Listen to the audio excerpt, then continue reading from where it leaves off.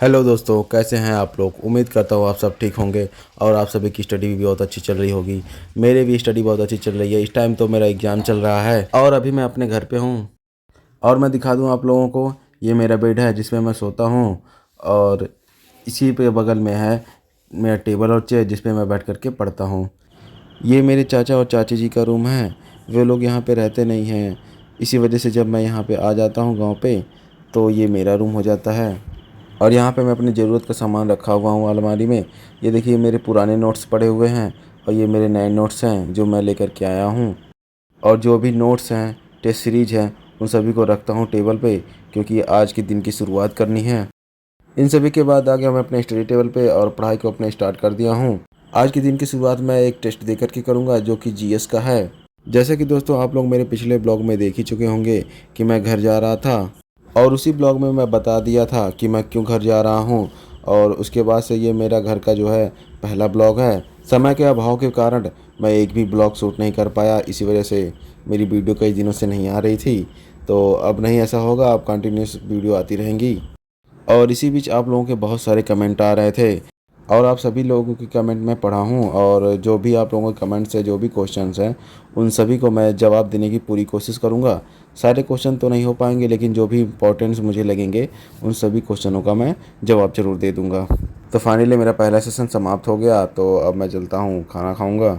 आप लोग तो जानते ही होंगे, मेरे ब्लॉग जो देखते होंगे तो आप जानते ही होंगे कि मैं ज़्यादा नहीं पढ़ता हूँ। मॉर्निंग में 2 घंटे 3 घंटे पढ़ करके उसके बाद से खाना खाता हूँ, क्योंकि पहले पेट पूजा फिर काम दूजा। क्योंकि जब पेट भरा रहता है तो पढ़ाई में भी मन लगता है, और पेट एकदम खाली रहेगा तो कभी पढ़ाई नहीं हो पाती है मुझसे।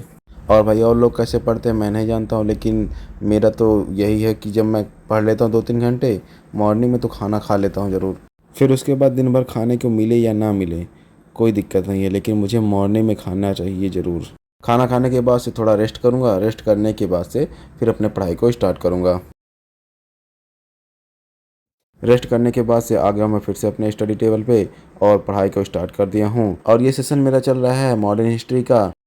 जैसा कि मैं आप लोगों से पहले ही बता चुका हूँ कि आप सभी की जितने भी डाउट्स हैं, जितने भी कमेंट्स हैं, उन सभी कमेंटों का मैं जवाब दूंगा। और पहला क्वेश्चन है सत्यनारायण गुप्ता जी का। इनका क्वेश्चन है, भैया एसएससी एग्ज़ाम के बारे में एक अलग सी वीडियो लाइए। अलग से तो नहीं, लेकिन इसी वीडियो के माध्यम से मैं बता देता हूँ। एसएससी का फुल फॉर्म होता है स्टाफ सिलेक्शन कमीशन, यानी कि कर्मचारी चयन आयोग। यह विभिन्न सरकारी विभागों और मंत्रालयों के लिए विभिन्न परीक्षाएं कराता है। एसएससी की तैयारी के लिए आपको सिर्फ 4 सब्जेक्ट ही पढ़ने रहते हैं। पहला जीएस, दूसरा हिंदी, तीसरा मैथ और चौथा है हमारा इंग्लिश। एसएससी में मैथ और इंग्लिश बहुत ही ज़्यादा महत्वपूर्ण हो जाता है, क्योंकि मैथ और इंग्लिश बहुत ही ज़्यादा हाई लेवल का पूछता है। एसएससी में मैथ की तैयारी ऐसी होनी चाहिए कि क्वेश्चन पढ़ते ही आंसर पता होना चाहिए। अभी यह सेशन मेरा चल रहा था मध्यकालीन भारत के इतिहास का नोट्स, जो मैं पढ़ करके कंप्लीट कर दिया हूँ। और 2-2.5 घंटे के स्टडी के बाद मैं अब थोड़ा सा लूँगा रेस्ट। और ये देखिए, ये है मेरा घर, सबसे प्यारा घर हमारा। घर कैसा भी हो, लेकिन सबको अपना घर सबसे सुंदर लगता है। थोड़ा सा घूमने टहलने के बाद से फिर से आ गया हूँ अपने स्टडी टेबल पे और अपने पढ़ाई को स्टार्ट कर दिया हूँ। मेरा ये सेशन है सीसैट का, जिसमें मुझे टेस्ट देना है। टेस्ट देते देते मैं आप लोगों के एक क्वेश्चन को और उठाता हूँ। एक भाई का क्वेश्चन है, भाई डेली मोटिवेशन कैसे। तो भाई मेरे, मैं आपको बता दूं कि जिस रास्ते को मैं चुना हूं वो बहुत ही कठिनाइयों से भरा पड़ा है, बहुत ही चुनौतियों से भरा पड़ा है। और मैं चाहता हूं कि हर उस चुनौती का, हर उस कठिनाई का मैं डट के सामना कर सकूं। इसके लिए मुझे सेल्फ मोटिवेट होना बहुत ज़रूरी है। इसीलिए मैं हर सुबह अपने एक अलग मोटिवेशन के साथ दिन की शुरुआत करता हूँ। मैं सोचता हूँ कि आज का दिन मेरा बहुत अच्छा जाए, मैं बहुत अच्छे से पढ़ाई करूँ। कल क्या होगा वो देखा जाएगा, लेकिन मेरा आज का दिन ख़राब नहीं होना चाहिए। और आप लोगों से मैं यही कहना चाहूँगा कि अगर आपको डेली मोटिवेट रहना है तो कल को छोड़ करके आज के बेहतर बनाने में लग जाइए। अगर आप अपना आज बेहतर बनाएंगे तो आपका कल अच्छा होगा, क्योंकि कल किसी ने नहीं देखा है। कल क्या होगा किसी ने देखा है? किसी ने नहीं देखा है। हम लोग यही करते हैं कि कहेंगे यार आज रहने देते हैं, कल पढ़ते हैं, कल से पढ़ाई करना स्टार्ट करेंगे एकदम बढ़िया से। लेकिन कल क्या होता है, फिर वही प्रक्रिया चालू हो जाती है। कल होते ही कहेंगे यार आज तो ये डिस्टर्ब हो गया, ऐसा हो गया, वैसा हो गया, चलो अगले दिन से पढ़ेंगे, चलो कल से पढ़ेंगे, कल से पक्का पढ़ेंगे। कोई रोक नहीं सकता, कल तो पक्का पढ़ेंगे। यही सोचते रह जाते हैं हम लोग और कभी होता नहीं है, कल कभी आता ही नहीं है। इसलिए आज को बेहतर बनाइए। मेरा सीसेट का सेशन समाप्त हो गया है और कल मेरा एग्ज़ाम है। कल मेरा है पॉलिटी का एग्ज़ाम है और अभी मैं उसी का क्वेश्चन बैंक पढ़ रहा हूँ। वीडियो तो रिकॉर्ड हो रही है, आज मतलब 17 तारीख को है एग्ज़ाम, 18 तारीख को, और आप लोगों को वीडियो भी 18 तारीख को ही मिलेगी। जो मेरा पेपर है वो सुबह 8 बजे से ही स्टार्ट हो जाएगा और तब तक आपके पास ये वीडियो पहुंच जाएगी। और मैं आप लोगों को बताना भूल गया कि 15 तारीख को मेरा फर्स्ट पेपर था प्राचीन इतिहास का और सेकंड पेपर मेरा 18 तारीख को है और वो है पॉलिटी का। तो फाइनली मेरा ये सेशन भी समाप्त हो गया है और स्टार्ट करता हूँ मैं अपने अगले सेशन को। मेरा ये सेशन रहेगा बाबा साहेब डॉक्टर भीमराव अम्बेडकर की जीवनी का और इसे पढ़ना स्टार्ट कर दिया हूँ। आप लोगों को मैं बता दूं कि महापुरुषों का जीवनी पढ़ना मुझे बेहद पसंद है, जैसे कि डॉक्टर भीमराव अम्बेडकर, एपीजे अब्दुल कलाम, गांधी जी। इन सभी महापुरुषों की जीवनी को पढ़ करके मुझे बेहद मोटिवेशन मिलता है। जब भी मैं डीमोटिवेट होता हूँ तो इन महापुरुषों की जीवनी को पढ़ लेता हूँ, जिससे मैं कभी अपना रास्ता भटकता नहीं हूँ। और आप लोगों को मैं यही सजेस्ट करना चाहूँगा कि आप किसी की जीवनी नहीं पढ़ना चाहते मत पढ़िए, लेकिन बाबा साहब डॉक्टर भीमराव अम्बेडकर की जीवनी ज़रूर पढ़िए, क्योंकि इनकी जीवन के अगर पढ़ लेंगे ना आप, तो आप यही जानेंगे कि जितनी कठिनाइयाँ आपके सामने हैं उससे कई ज़्यादा इनके सामने थी।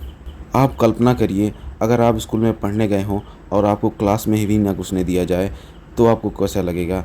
उनकी जगह हम आप होते तो अगले दिन पढ़ने ही नहीं जाते। लेकिन सोचिए उतनी कम उम्र में उनकी क्या समझदारी रही होगी कि वो क्लास के बाहर रह कर के पढ़ाई किए।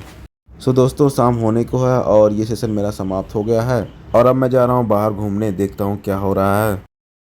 ये देखिए, आज मेरे घर पे बन रहा है रिकवच। इसे कहीं कहीं पे सोहिना भी कहते हैं और बहुत से लोग ऐसे होंगे जो इसके बारे में जान भी नहीं रहे होंगे। ये देखिए, एक बड़े से भदेले में बन रहा है। इसे भाप से उगाया जाता है लकड़ी पे। मेरा एक संयुक्त परिवार है, बहुत ही बड़ा परिवार है, इसी वजह से इतने बड़े भदेले में बन रहा है। देखिए, इस तरीके से मेरी मम्मी बना रही है। ये इसे छोटा छोटा काट करके बनाया गया है और एक बड़ा पत्ता लपेट करके भी बनाया जाता है। ये देखिए, छोटा छोटा पत्ता काट करके बनाया गया है और एक वहाँ पे जो डला हुआ था वो एक बड़ा जो पत्ता होता है उसी को लपेट करके बनाया जाता है। ये देखिए बन गया है। इसे फ्राई करके लाया गया है और चटनी के साथ खाऊंगा, बहुत ही मज़ा आता है। आप लोग कमेंट करके बताइए कि कितने लोग इस डिश के बारे में जानते हैं। मुझे तो इतना कंफर्म पता है कि बहुत सारे लोगों को नहीं पता होगा इसके बारे में। और हाँ, एक बहुत ही महत्वपूर्ण बात बताना तो भूल ही गया। ये जो डिश बना हुआ है ये सिर्फ मेरी वजह से बना है, क्योंकि मैं बहुत दिनों के बाद घर पे आया हूँ तो मम्मी मेरे लिए बनाई है, स्पेशली मेरे लिए ही बनाई है सिर्फ, क्योंकि ये मुझे बहुत ही ज़्यादा पसंद है ना, इसी वजह से मम्मी मेरे लिए बनाई है। दोस्तों, मुझसे एक कमेंट तो छूट ही जा रहा था। एक भाई का मेरा कमेंट है कि मेरे पैर में 6 उंगलियां हैं, तो क्या मैं यूपीएससी की तैयारी कर सकता हूं? तो हाँ दोस्त, बिल्कुल कर सकते हो, क्योंकि यूपीएससी ये नहीं कहती है कि आपके पैर में 6 उंगलियां हैं तो आप यूपीएससी की तैयारी नहीं कर सकते हैं। भाई, अगर आप विकलांग हैं तब भी आप कर सकते हैं। और अभी एक लड़की थी, उसका नाम मुझे नहीं याद है, उसकी थी रीढ़ की हड्डी यस की तरह बनी हुई है, तब भी वो यूपीएससी का अटेम्प्ट दी और फर्स्ट रैंक पाई थी। तो अभी 6 उंगली है, उससे कोई फ़र्क नहीं पड़ता है। और अगर आप विकलांग भी रहते हैं तब भी कोई दिक्कत नहीं है, आपका पैर नहीं सही है, आपका हाथ नहीं सही है, तब भी आप यूपीएससी की तैयारी कर सकते हैं। आज का ब्लॉग रखते हैं इतना ही, मिलते हैं अगली वीडियो में, तब तक के लिए बाय बाय।